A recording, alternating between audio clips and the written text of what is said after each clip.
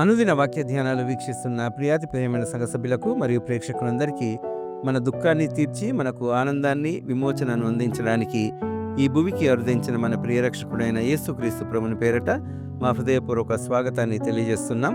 యేసుక్రీస్తు ప్రభుని జనన వార్తను తెలియజేసే ఆయా శుభ సందర్భాలలో దేవుని దూత కొందరికి ప్రత్యక్షమై తనను ప్రత్యక్షంగా చూసి భయపడిన వారందరికీ భయపడకుడి అని తన అభయాన్ని అందించి ఆ ప్రభుని శుభ ఆగమనాన్ని వారికి తెలియజేసిన సందర్భాలు నూతన నిబంధనలోని మత్తయి మరియు లూకా సువార్తల్లో లిఖించబడ్డాయి.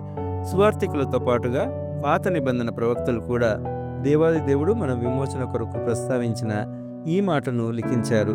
ఈ విషయాలన్నింటినీ క్రోడీకరిస్తూ ఈనాటి మన బైబిల్ డివోషన్స్లో డు నాట్ బీ అఫ్రేడ్, భయపడకుడి అనే అంశంపై మన pastorate committee treasurer Shrimati K Chandraleela Daniel గారు మనకు దైవ సందేశాన్ని అందిస్తూ ఉన్నారు. సందేశానికి అనుబంధంగా ఈ క్రిస్మస్ గీతాన్ని ముందుగా విందాం.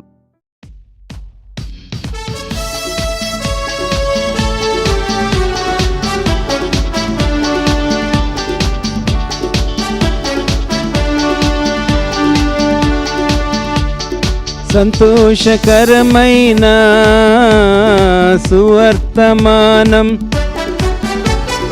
సంతోషకరమైన సువర్తమానం, ఇదిగో ప్రజలారా భయపడకుడి,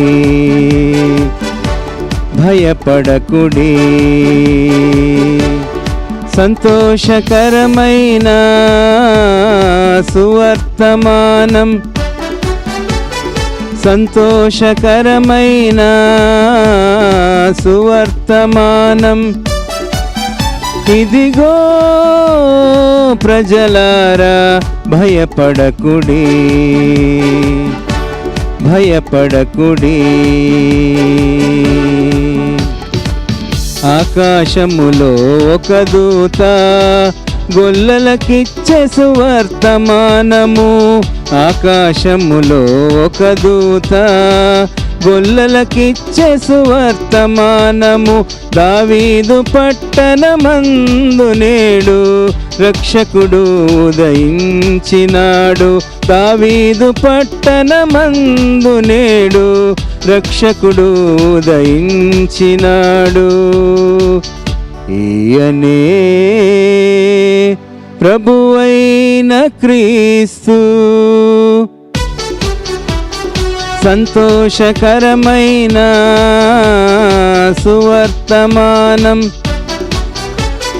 సంతోషకరమైన సువర్తమానం, ఇదిగో ప్రజలారా భయపడకుడి, భయపడకుడి, భయపడకుడి.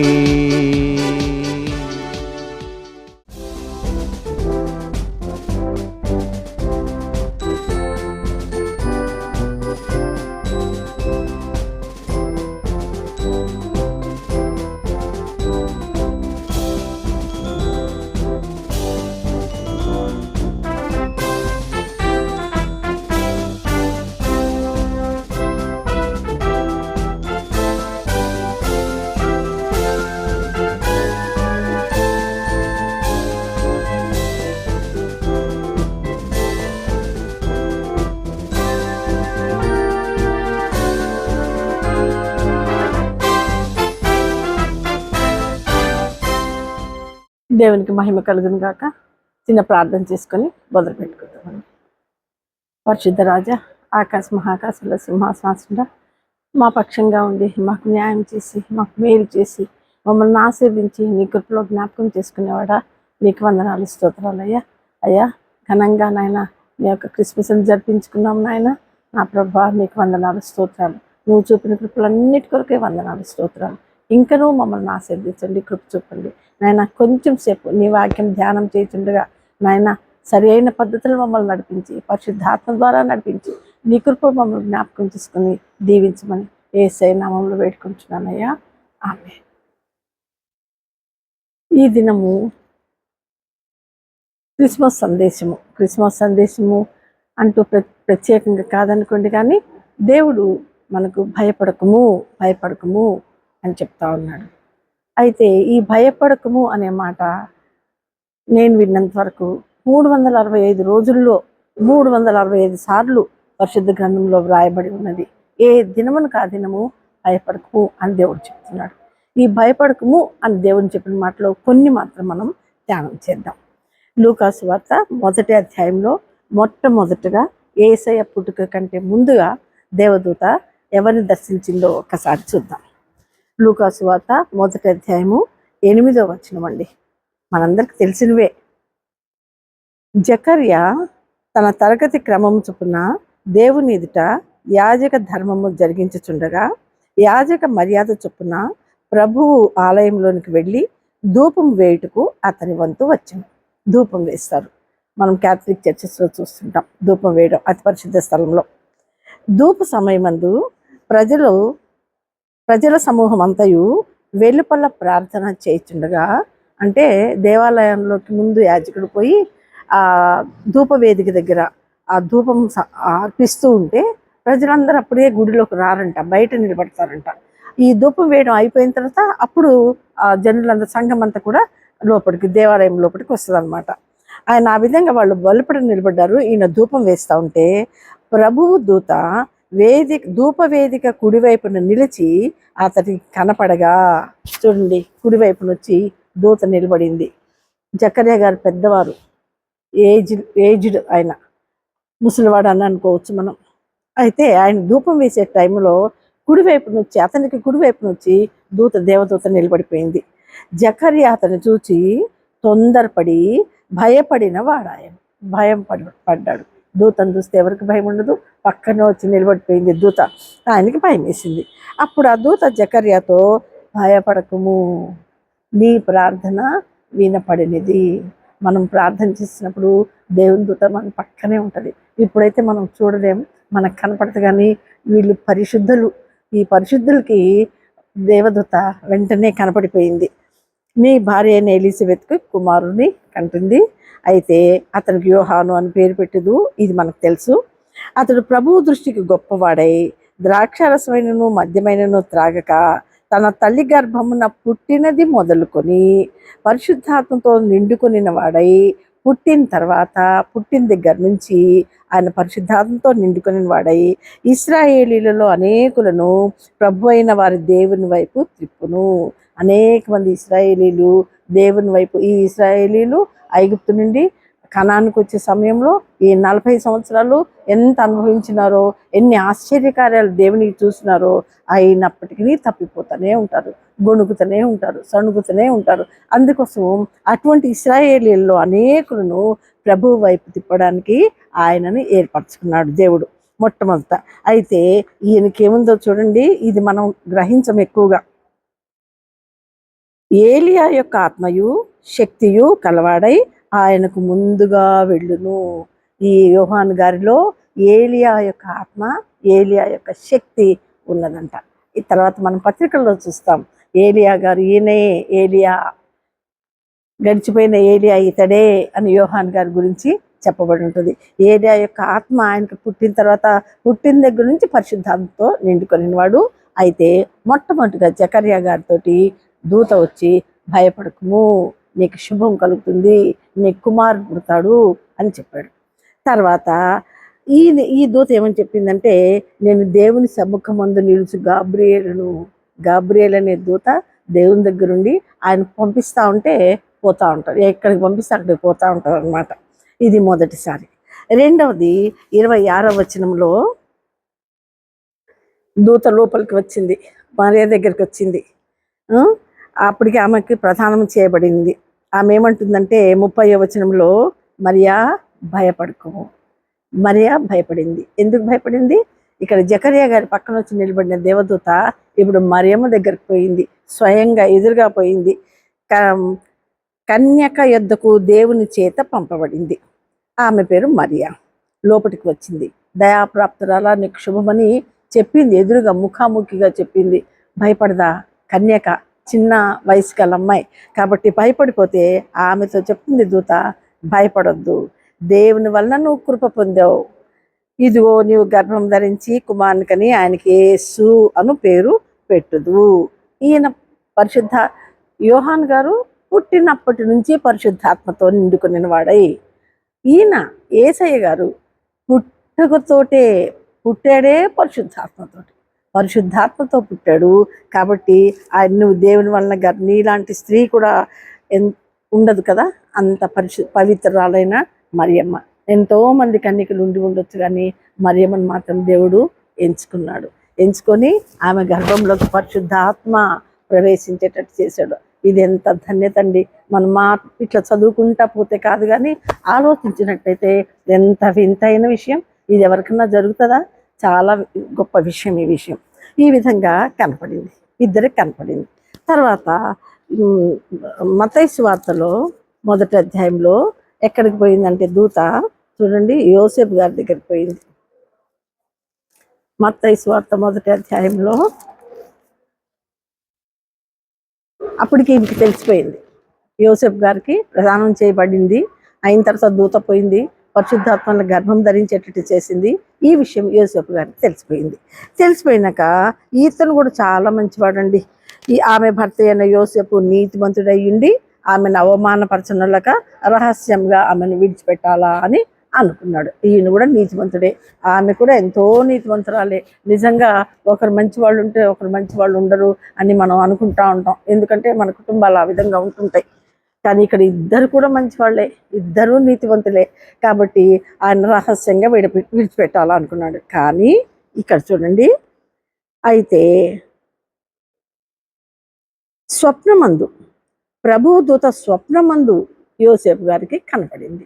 ఇక్కడ జకర్యా గారికి ప్రత్యక్షంగా పక్కనే ఉండింది, మరియమ్మకి ఎదురుగా వచ్చింది. యోసేపు గారికి మాత్రం స్వప్నమందు కనపడింది. దావీదు కుమారుడైన యోసేపు, నీ భార్యని చేర్చుకున్నట్టుకు భయపడవద్దు, ఆమె పరిశుద్ధాత్మ ద్వారా గర్భం ధరించింది, కుమారుని కంటుంది, ఆయనకి యేసు అని పేరు పెడతావు అని క్లియర్గా స్వప్నమందు కనపడి చెప్పింది. ఇది 3వసారి దూత కనపడడం. తర్వాత లూకా సువార్త ఈ 2వ అధ్యాయంలో, ఇది జ్ఞానులు. లూకా సువార్త 2వ అధ్యాయంలో ఎవరున్నారు? 2వ అధ్యాయంలో గొల్లలు ఉన్నారు. గొర్రెల కాపరులు రాత్రి వేళ మందను కాచుకుంటూ ఉంటే ప్రభుదూత వారి వద్దకు వచ్చి నిలిచింది. జకర్యా గారి పక్కన వచ్చి నిలబడింది, మరియమ్మ గారి ప్రక్కన వచ్చి నిలబడింది. యోసేపు గారికి కలలో కనపడింది, స్వప్నంలో కనపడింది. ఇక్కడ మళ్ళీ గొల్లల దగ్గరికి డైరెక్ట్గా వచ్చింది. ప్రభుదూత వారి వద్దకు వచ్చి నిలిచింది. ప్రభు మహిమ వారి చుట్టూ ప్రకాశించినందున వారు మిక్కిలి భయపడిది. అయితే ఆ దూత భయపడకుడి, వాళ్ళతో కూడా చెప్తుంది, భయపడొద్దు, ప్రజలందరికీ కలగబోవు మహా సంతోషకరమైన సువర్తమానం. మామూలు విషయం కాదు, ఇది మహా సంతోషకరమైన సువర్తమానము నేను మీకు తెలియజేస్తున్నాను. దావీదు పట్టణంలో రక్షకుడు పుట్టినాడు, ఆయన ప్రభు అయిన క్రీస్తు అని చక్కగా దూత గొల్లలకు చెప్పింది. వాళ్ళు చెప్పినట్టుగానే ఆయన బెత్లెహేం పోయారు, యేసయ్యను చూశారు, నమస్కరించారు, పూజించారు, వచ్చారు. ఇది దీని తర్వాత జ్ఞానులకు కూడా ఏం కనపడిందండి? ఈ దూత మత్తయి సువార్త 2వ అధ్యాయంలో ఉంది. జ్ఞానులు కదా వీళ్ళు, జ్ఞానం కలిగిన వాళ్ళు. ఆకాశంలో ప్రత్యేకమైన నక్షత్రాన్ని చూశారు, అది గ్రహించారు. ఈ ప్రత్యేకమైన నక్షత్రాలు ఎవరో ఘనులు పుట్టినప్పుడు లేదా చనిపోయినప్పుడు అవి ఆకాశంలో వెలుస్తుంటాయి. ఈ ప్రత్యేకమైన నక్షత్రాన్ని చూసినప్పుడు ఏదో గొప్ప వింత జరిగింది అని తెలుసుకున్నారు. వాళ్ళు ఎంక్వైరీ చేస్తే వాళ్ళకి తూర్పు బెత్లెహేములో యేసయ్య పుట్టాడు అన్న సంగతి తెలిసింది. సో నేరుగా బెత్లెహేంకి వచ్చారు తూర్పు దేశపు జ్ఞానులు. ఎక్కడ పుట్టాడు? బెత్లెహేంకి పోయినాక ఎక్కడ పుట్టాడు, ఎవరిని కనుక్కోవాలా? నేరుగా హేరోదు రాజు దగ్గరికి పోయారు. అయితే ఆయన ఏం చేశాడో మనకు తెలుసు కదా. మొత్తం మీద బెత్లెహేంకు ఆ నక్షత్రాన్ని పట్టి అదే పశువుల పాకకు పోయి యేసయ్యని పూజించారు. వాళ్ళు అన్ని కూడా వాళ్ళు తెచ్చిన బంగారము, సాంబ్రాణి, కోళము ఆయనకి అర్పించారు, పూజించారు, తిరిగి వస్తున్నారు. ఈయన ఏం చెప్పాడు? హేరోదు వచ్చి నాకు చెప్పండి, నేను కూడా పోయి పూజిస్తాను అన్నాడు. కానీ ఈ జ్ఞానులకు కూడా అదే 2వ అధ్యాయంలో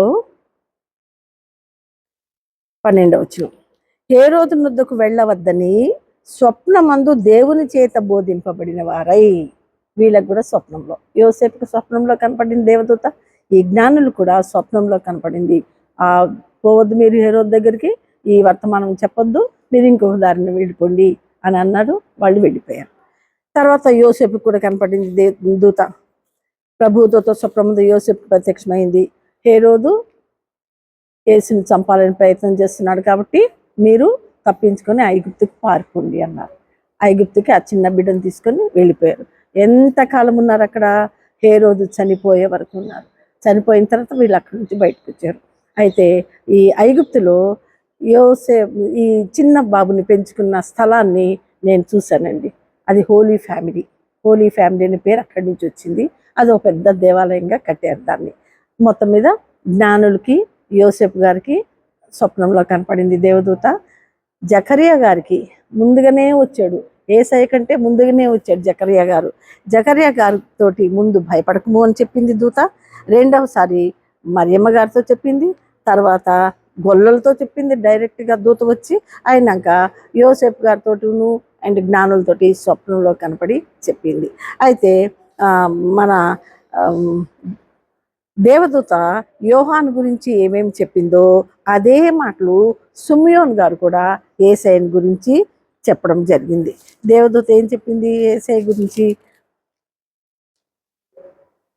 మరియమ్మ దగ్గరికి పోయి ఏం చెప్పిందంటే, నీ హృదయంలోకి బల్యం దూసుకొని పోతుంది, అనేక హృదయాలోచనలు బయలుపడినట్లు ఇశ్రాయేల్లో అనేకులు పడుటకును తిరిగి లేచుటకును వివాదాస్పదమైన గుర్తుగా ఈయన నియమింపబడి ఉన్నాడు.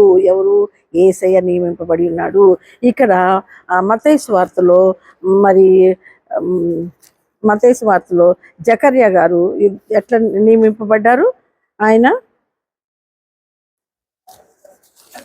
మొదటి అధ్యాయంలో ఇశ్రాయేలులో అనేకులు ప్రభు అయిన వారి దేవుని వైపు తిప్పడానికి ఏలియా యొక్క ఆత్మ శక్తి గలవాడై ఆయన నియమింపబడ్డాడు. అనేక మందిని యేసయ్యని గురించి ఆయన చెప్పడం జరిగింది.